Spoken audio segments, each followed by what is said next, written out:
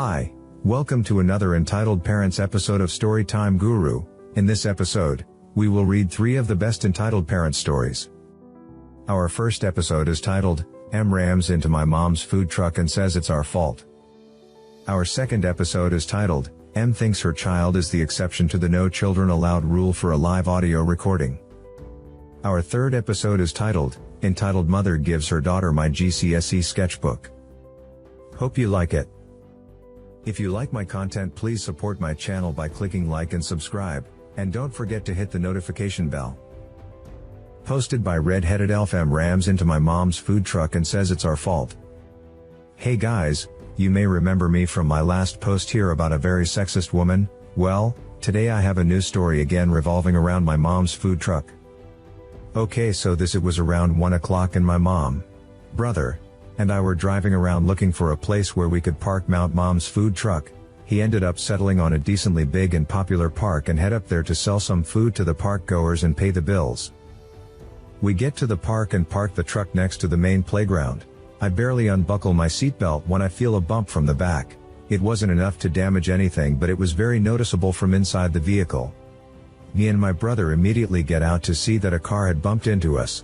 The only visible damage on either car, a small dent in the other car. A couple seconds later a woman gets out of said car. The woman is, of course, Karen. The following convo ensues.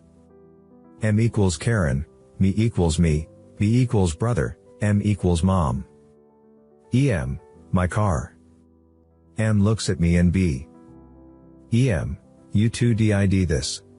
This is your fault. Me equals, how is this our fault? M, you stole my parking spot. B equals, what? EM, I was going to park here and you two stole it. At this point my mom comes over to see what's going on. M, boys, what's going on? B, we found the source of the shake. M, hello ma'am, do you mind telling me what's going on and why you bumped into my truck? M, you stole my parking spot. Now me and my baby's day is ruined thanks to you. I don't know much about what all else happened, cause at that point I just put on headphones and started setting up the truck. A few minutes though pass and my mom enters the truck, and we just went on with our day. And no, this is not fake. People are crazy entitled, or just plain crazy. Both work. Posted by Terrible_Wombat.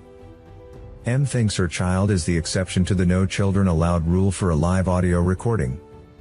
For context, I used to work for a church as an audio technician and just general hand for weekend services and things. A few years ago the church pulled enough money together to record a live worship session to put on sale. It was a really important thing that had been in the works for months and, in case you don't know, really expensive to do.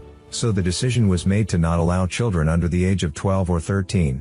Can't remember now exactly. Into this recording service under the logic that kids that young can't be quiet the entire night, with the entire crowd being recorded with a ton of microphones as well, and this was advertised as the rule well in advance.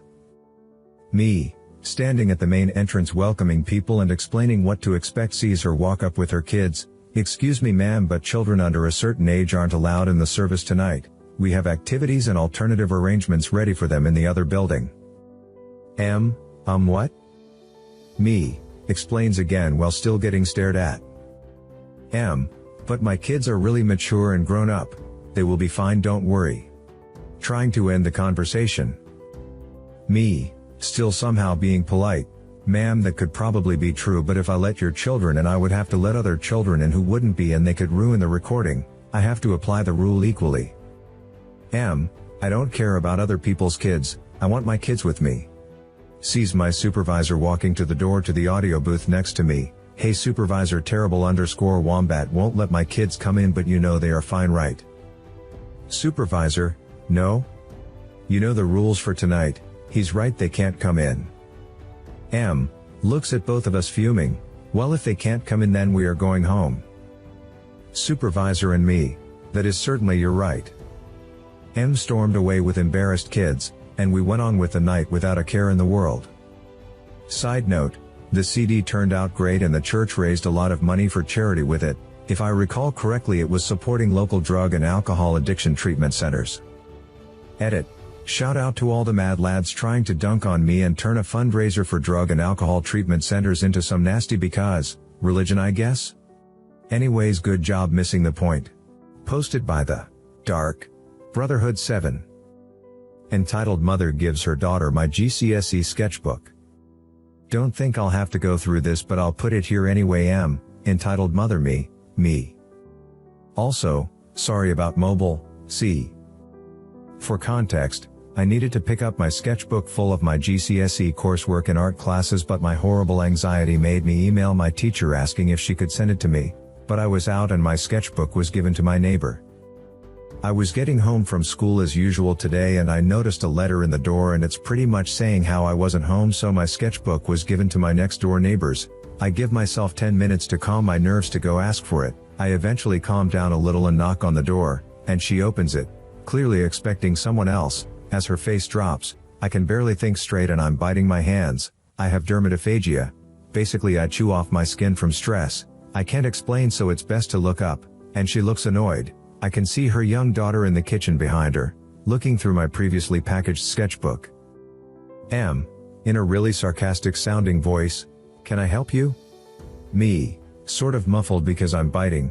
"I got this note." I show her the note and my sketchbook has been delivered here and I'd like to know if you have it. I would, but I've already told my daughter she could have it. I'm already more stressed than I was before and I get that feeling in my stomach and want to run away. Me, it's my GCSE sketchbook and it's very empty. She cuts me off. Why are you mumbling? Are you dumb or something? She laughs. I stay silent and I know I'm biting harder because it starts to hurt. Me, "Miss, I have dermatophagia. I can't help it. Can I please have my sketchbook? I've told you it's for my daughter. Now duck off, dummy." She slams the door, but it just so happens my girlfriend is walking up the street to see me and I'm freaking out. Luckily she pretty much decided to move into my room when we started dating, lol, and she knows how to handle this now. I tell her what's happened, and she knocks at the M's door. She opens it and is looking at my height. I'm quite small. What do you want? She looks quite scared, and does that slow look up to meet my girlfriend's eyes. She looks even more worried when she speaks with her thick Russian accent. My girlfriend, tired after work and clearly can't be bothered. Blue sketchbook, drawings, everything that was in it must still be in it and everything must be as you found it. Why, yes, I'll get that for you. She closes the door and very quickly comes out with my book and I check and everything is fine and still in there. Apparently entitled parents will do whatever tall angry Russian lesbian girlfriends will say. I'm lucky to have gotten my book back. If my girlfriend wasn't here to help me I wouldn't have gone back for it. We then went inside, and she helped me calm down completely and that was that. Then she tells me it's cold, and she's going inside and her mouth is apparently as dry as Mother Teresa's skin looks and I'm standing in the middle of the street in gay silence. TL, Doctor, hot angry tall Russian lesbian GF convinces M to give back my stolen sketchbook. If you like my content, please support my channel by clicking like and subscribe, and don't forget to hit the notification bell.